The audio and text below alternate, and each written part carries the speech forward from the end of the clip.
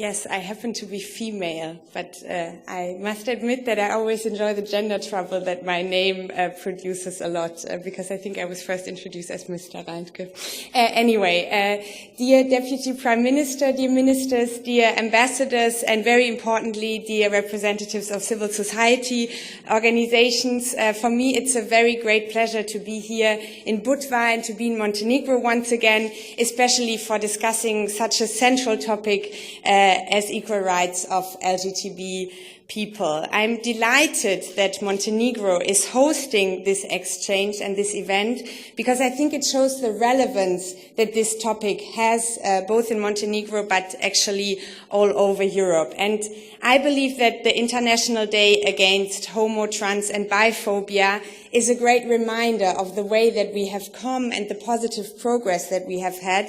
But for me, it is also a reminder of the challenges that still lie ahead of us. And it's not my first time in Montenegro. I had the chance of visiting this beautiful, culturally and ecologically very rich country already 1 month ago as a member of the EU parliamentary delegation.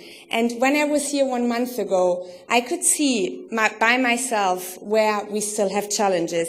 Because one night when we went out in Podgorica, the last time I was here in Montenegro, me and a couple of friends, among them representatives of civil society organizations, were assaulted in the streets of Podgorica by young men who very obviously had a homophobic background. So feeling that myself and seeing the issues that are still here in Montenegro and I believe in many other European countries, I must say that we have to fight together to come by and overcome these challenges.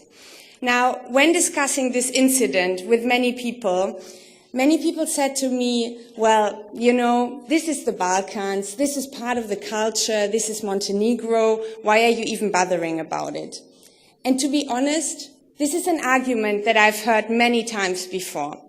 When we look at Manif pour tout, the homophobic French movement that is marching in the streets of Paris, or when we look at the concerned parents that are fighting against diversity in curricula of German schools, they basically use the same argument. Homosexuality is not part of our culture, basically meaning homophobia is part of our culture. And now, I believe that in Europe we have a lot of great, amazing culture. In France, you can go to the Louvre and see great works of art. In Germany, if you ever happen to come to my home region, the Ruhr area, you can see industrial culture, which is completely fascinating. If you go to Spain, you can see the works of Gaudi and the Alhambra.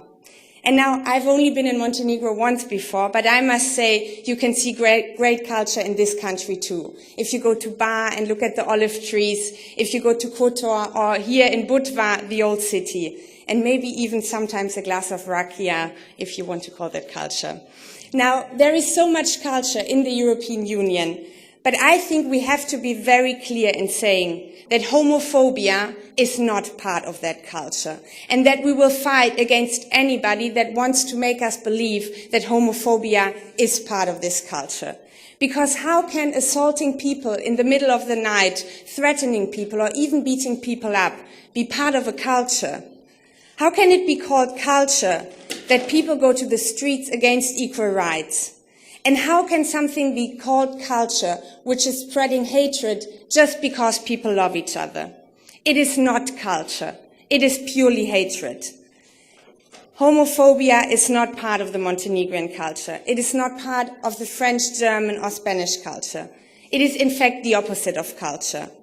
And claiming that it is part of the Montenegrin culture, of the culture here in the Balkans, is actually an insult for all Montenegrin citizens. And claiming that it's part of European culture, it's an insult to all European citizens. Now, 3 days ago, we celebrated the 70th anniversary of the end of the Second World War. We celebrated the liberation of fascism. And yes, it is a day to celebrate. But for me, it was also a day to remember. It was a day to remember where exactly this hatred can lead to. And I come from a country where this hatred was raised to be culture, where anti-Semitism, racism, anti-Gypsyism and homophobia had taken over control. And I want to say here today that we should all fight together and never let this happen again. Let us build a Europe of diversity, of tolerance, and of solidarity.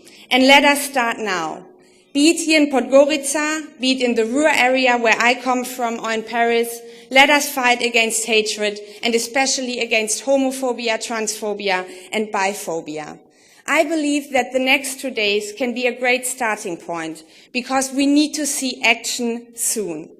I'm looking very much forward to an interesting exchange with all of you, to fruitful discussions, and maybe celebrating culture, also a glass of rakia from time to time.